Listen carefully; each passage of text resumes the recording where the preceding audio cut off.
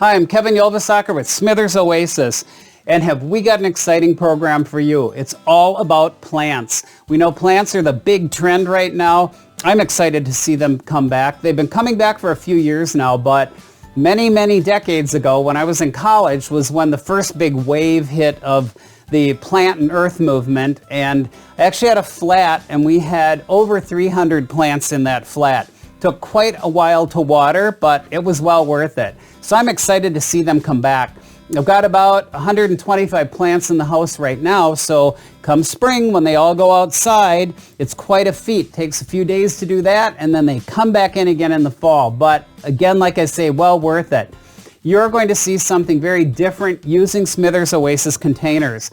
I know that all of you are familiar with using the containers in fresh flower arrangements, but did you know that you can use most of our containers for plants in many different ways, and that's what I want to show you. The first thing I'm going to show you, now this is our 7-inch bud vase, and what I've done, this was inspired by seeing a lot of Instagram posts of hanging rooting systems on people's walls where there's tubes where they're rooting plants. And so I made my own. I've taken some cedar boards, I drilled holes in them that would fit our 7-inch bud vase, and that's made for the table, which is where it sets. And then I just took some ivy and I did some cuttings so that they would root inside the bud vase. So you can use the bud vase for cuttings, and I think that that's quite exciting, like that. And then make your own base for them, or just have them standing out rooting on their own. You don't need to make the base. But again, that's one of the simplest ways of using the Smithers Oasis containers is as a rooting medium. But we've got a lot more to show you. Next I'm going to show you is taking plants such as a hyacinth plant. And then I'm taking the hyacinth plant. This was a 6-inch plant. It had several hyacinth in it. I took them out when they were quite small, washed all the soil off of them, and then cleaned the roots so they were nice and white. And then I just put them into, this is the grand cylinder, put them into the cylinder with a little bit of rock in the bottom and added the smallest bit of water just to keep the roots moist. And again, the hyacinth is going to bloom itself out. The fragrance is really wonderful right now. Continue to bloom itself out. When it's done, I do toss it. I've never had luck with replanting them once I've done this into the garden. So again, just something different than seeing them in a pot of soil. I've also taken the Paragon vase. This is the Paragon vase. If any of you remember the hyacinth rooting vases, they were very similar looking but had more of a ball shape on the bottom. Well, the Paragon works great. It's got that pinched in neck. I just set the bulb on top, a little bit of water just below the bulb line, and this has been growing. These have been growing like this for over a week now, almost 2 weeks. They were very tiny when I did that, and just really perfect. That's all that I wanted. And again, that's the Paragon vase. This is a smaller size. We have a larger size in it as well. And then to continue doing this with bulbs, I've taken the Hurricane vase. So this is our Hurricane vase that you're all familiar with. And I've taken tulips, same thing, 6-inch tulip plant. Took all the dirt and got rid of the dirt, and then I washed the soil off. I've actually washed the roots off. I've actually taken a bucket and then kind of plunged it in because we don't want any of that going down the drain, and then I'll be able to dump that outside. And the tulips, you can see, they're already blooming at all different stages. How pretty that is. And it looks so much more modern and so much more interesting than just in a pot of soil. So I've taken that on, and again, in the Hurricane vase. So what else can we do with glass? So Smithers Oasis glass, we've got some other fun things. This is a Grace vase. Now this is a 10¼ inch Grace vase. So this is actually an indoor water garden. And the water garden, and you know, I like water, I like aquariums. We've got him in the shot here is Nemo. Sometimes he'll show up as my saltwater tank with the clownfish. Every now and then he might pop into view. But anyhow, the water garden, so this is all fresh water. These are aquarium plants. I went to the pet store, got some really cool, interesting aquarium plants and some gravel, aquarium gravel, and planted them right in it.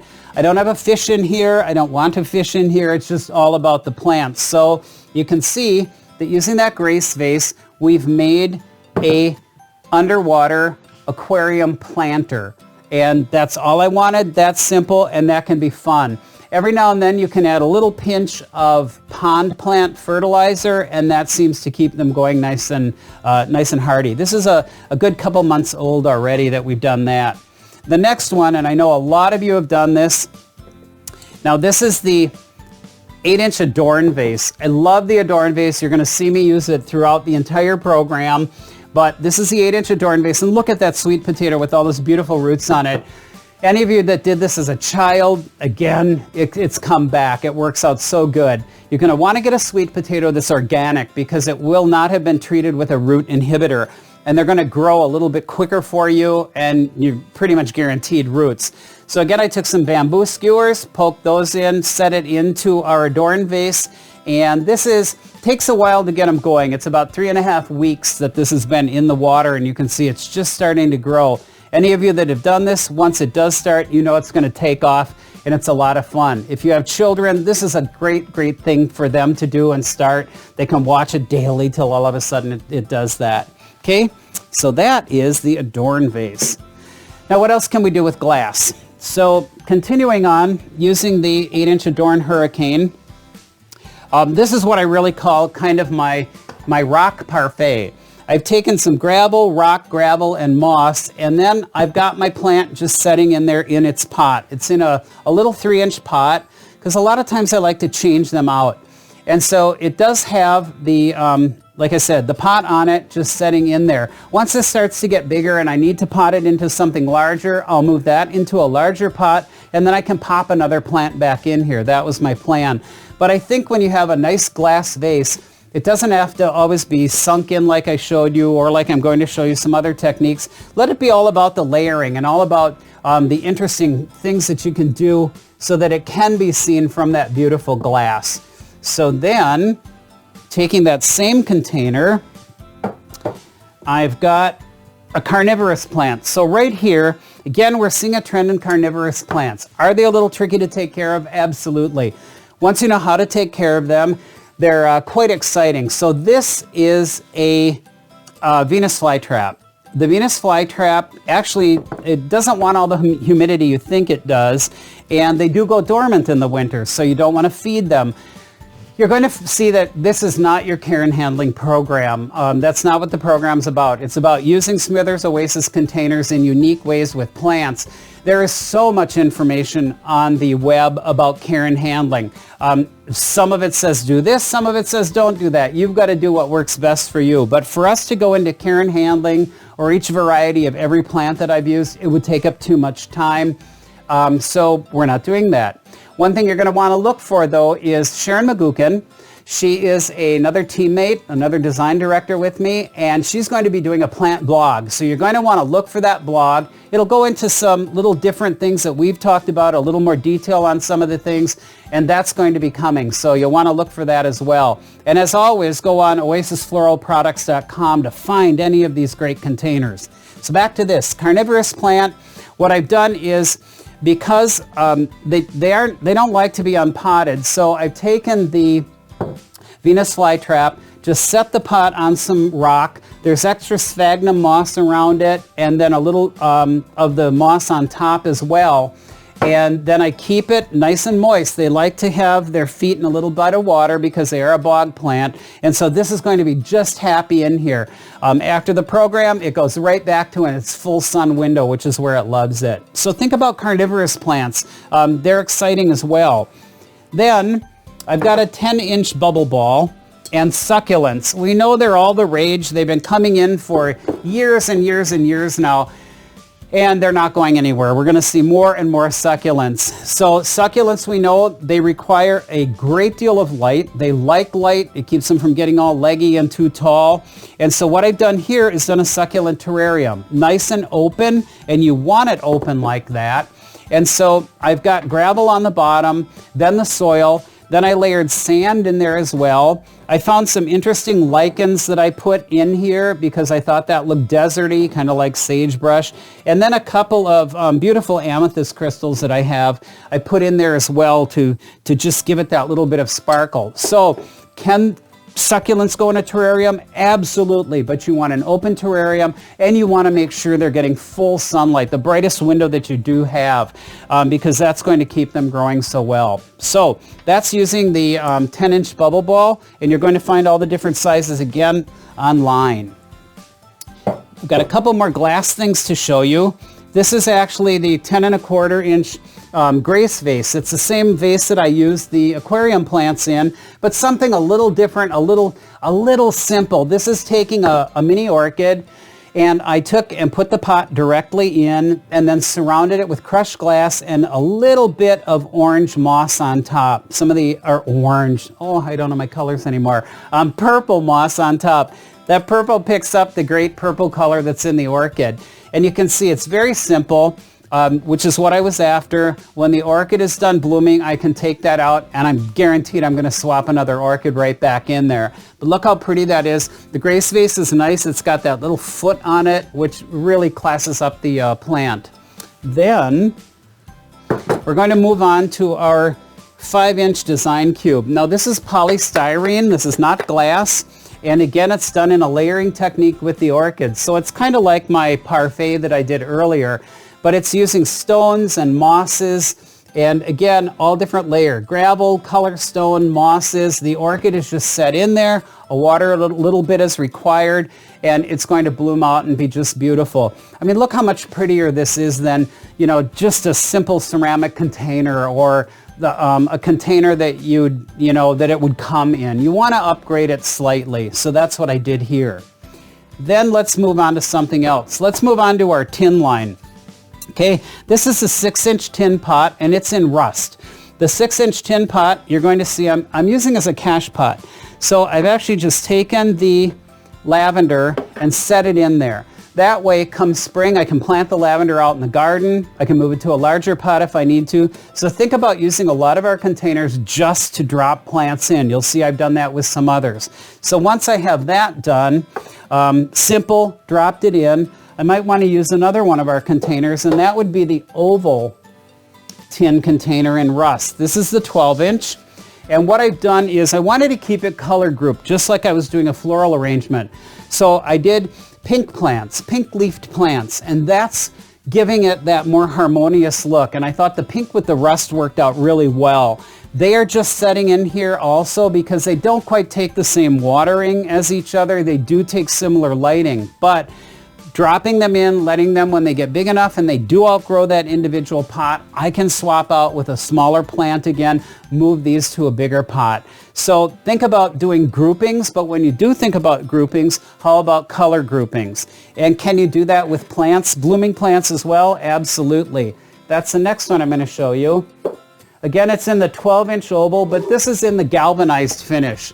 Again, we know these rustic containers are so popular right now. So this is a galvanized finish, and taking a couple of the primula, again, they're just dropped right in there. They do take similar watering, same watering, so, you know, I could have planted them in there. I don't have a lot of luck with transferring these out and planting them in directly. They tend to wilt for me, so I'm best leaving them in their own container. But you can see the light pink versus the dark pink, how pretty that is, and what a great gift that would be for someone. When they have faded, they can come out. I can put in a couple of new blooming plants, and how pretty it would be. Okay, so a lot of galvanized containers. These come in 3 different sizes. The pot comes in 3 different sizes, and they all come in 3 different finishes as well. Now let's move on to our EcoCentral line.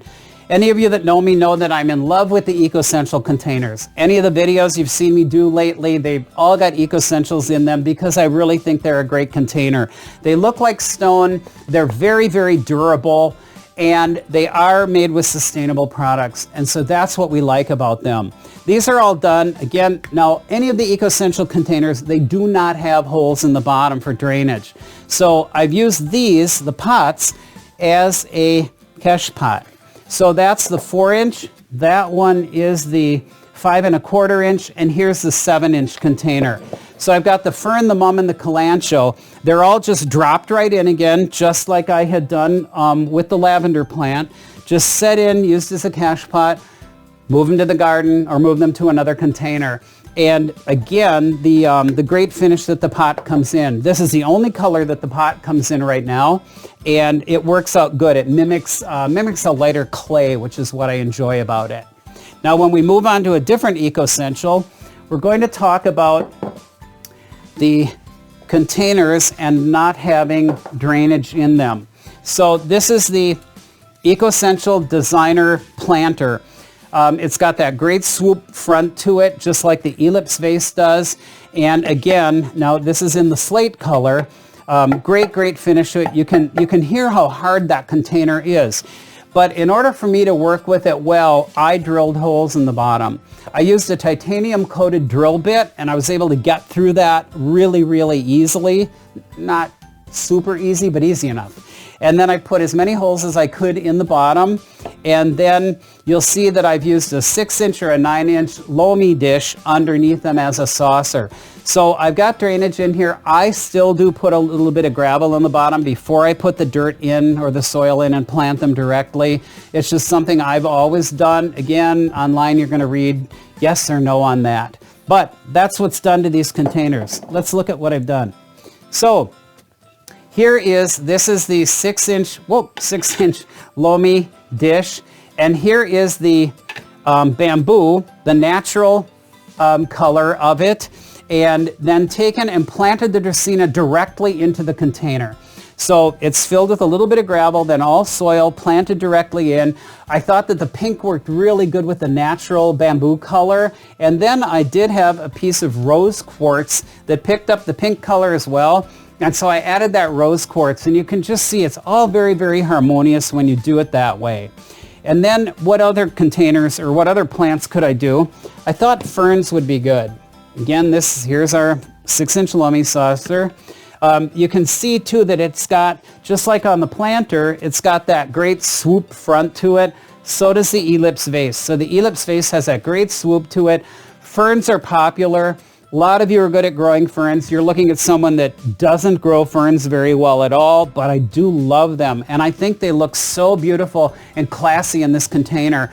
And I'll be talking about it on the next one, how the Ellipse vase raises the plants up and off of the table just nice. And it just really offers a great look to that grace of that fern plant. So these are ferns that are planted directly in it. Then the last one that I'm going to show you in the Ellipse vase is here, and here's my saucer again there. So pothos and philodendron. Pothos and philodendron are very easy to grow. I know a lot of people say, oh, I can't grow a plant, I'm going to kill it anyhow. Well, it's usually watering or light, but they're very hardy. We're seeing more and more varieties. The Brasilia, we're seeing, neon, lemon lime. We're seeing all new colors coming out in pothos and philodendrons. Again, because it is raised off the table, it's going to trail down just beautifully. And that's what I like about this. These are potted right in there. Once they do get too big for it, I will remove them and take them out to a larger container as well.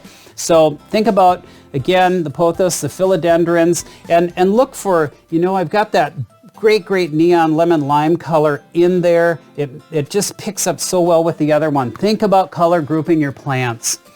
Then when we were talking about the one I drilled holes in, that was the designer planter.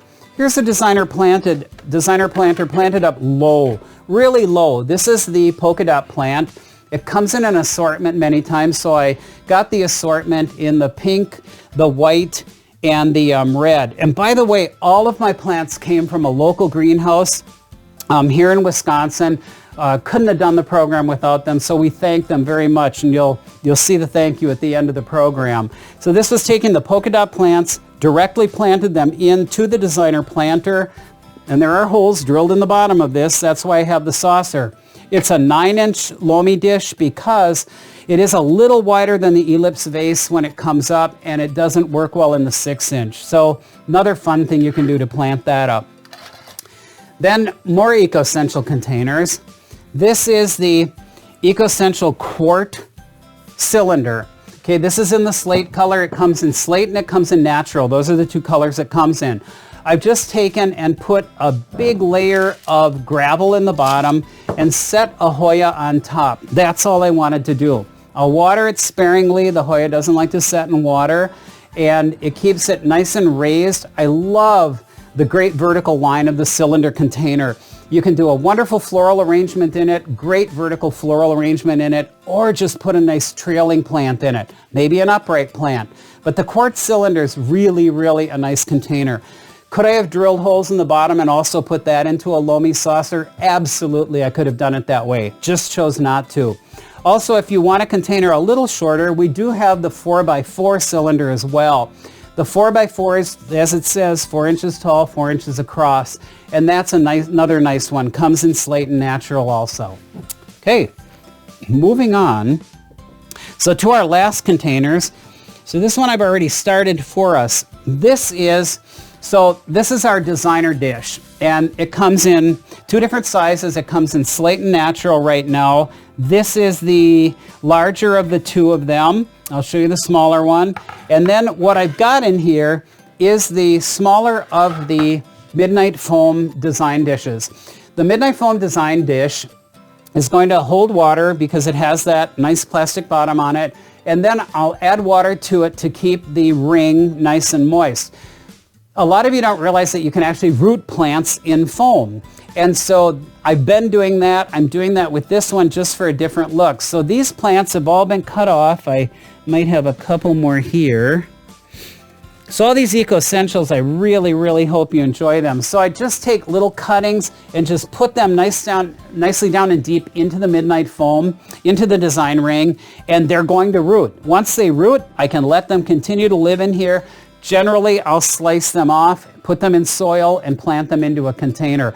But they make a great conversation piece. You can mix all different kinds of plants. And when your plants get a little too long or leggy, you can root them and try something different. But you really, really are going to love the designer dish in the Eco Essentials. Then moving on the designer dish, here's succulents. So these succulents, look at all these little beautiful mini succulents. Now this is the smaller of the 2 designer dishes, and it's in slate. And then I've taken the small little mini succulents. They're still in their own pots, and I'm setting them just in there. I covered them all and hid the pots with gravel, put some decorative stone in there, and I'm done. That's all I need. As these start growing, I'll swap them out, put in other small ones, move the ones that grew to a little larger pot. But look, they just work perfect in here. The color is perfect. The size is perfect for these little plants. And again, I encourage you really, really to look at the 2 designer dishes, or the 2 sizes and the colors. Then, last one I'm going to show you. All right, Kokodama is a Japanese, got one going already, is a Japanese technique of taking plants and putting them in their own soil and then wrapping them with moss. And so what I've done on the little miniature orchid is I've taken the orchid mix and I've moistened it and then wrapped it with moist moss. And then I took some bind wire, you're all familiar with OASIS bind wire, and I wrapped that all around the ball. And then I've got it setting in our Eco Essential designer dish, like that. And what's holding it all together are some deer antlers, because here in Wisconsin they're shedding. When they do shed, they're laying around. You just collect them, and they worked out great. And then to give it a little shot of color, I've got a couple of geode pieces. This is actually one. I've got a couple of geode pieces that have amethyst in it, because that picks up that beautiful purple, much like I did in the succulent garden earlier. Pop those down and in, and you can see how really, really pretty that is. Something so simple using a Japanese technique that we do know. Again, a lot of information on that on the internet. So I hope you really have enjoyed the program, seeing all the different things that you can do, so many different things that you possibly weren't even familiar with that you could do using Smithers OASIS containers, whether it be a vase, an Eco Essential, and turning it into a planter. So I really hope you have enjoyed this. To find out more information on our products, go to oasisfloralproducts.com. And again, I'm Kevin Ylvisaker here with Smithers OASIS.